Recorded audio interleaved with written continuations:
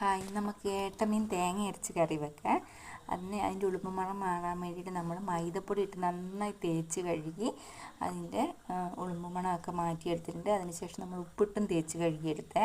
അതിനുശേഷം നമ്മൾ തേങ്ങ, 1 സ്പൂണ് മുളക് പൊടി, ഒരു നുള്ള് മഞ്ഞൾപ്പൊടി, ഒരു സ്പൂണ് തന്നെ മല്ലിപ്പൊടിയും ഉപ്പും ചേർത്ത് നന്നായിട്ട് തേങ്ങ അരച്ചെടുത്തു. അതിനുശേഷം 2 പച്ചമുളകും ഇഞ്ചിയും പൊടിയായി അരിഞ്ഞിട്ട് പുളിയും പിഴിഞ്ഞ് നമ്മൾ കറി ഒന്ന് തിളയ്ക്കാൻ വെച്ചു. ഒന്ന് തിളച്ച് വന്നപ്പോഴത്തേക്കും നമ്മൾ മീനും കഷ്ണങ്ങളിട്ടെ. അതിനുശേഷം നമ്മൾ ദോശ ചുടുവാണ്. രാവിലെ തലേദിവസം വെള്ളത്തിലിട്ട് കഴുകിയെടുത്ത അരിയിൽ 1 സവോള അരിഞ്ഞിട്ട് നന്നായി അരച്ചിട്ട് ഉണ്ടാക്കിയെടുക്കുന്ന ദോശയാണ്. നല്ല സോഫ്റ്റ് ദോശയായിരിക്കും.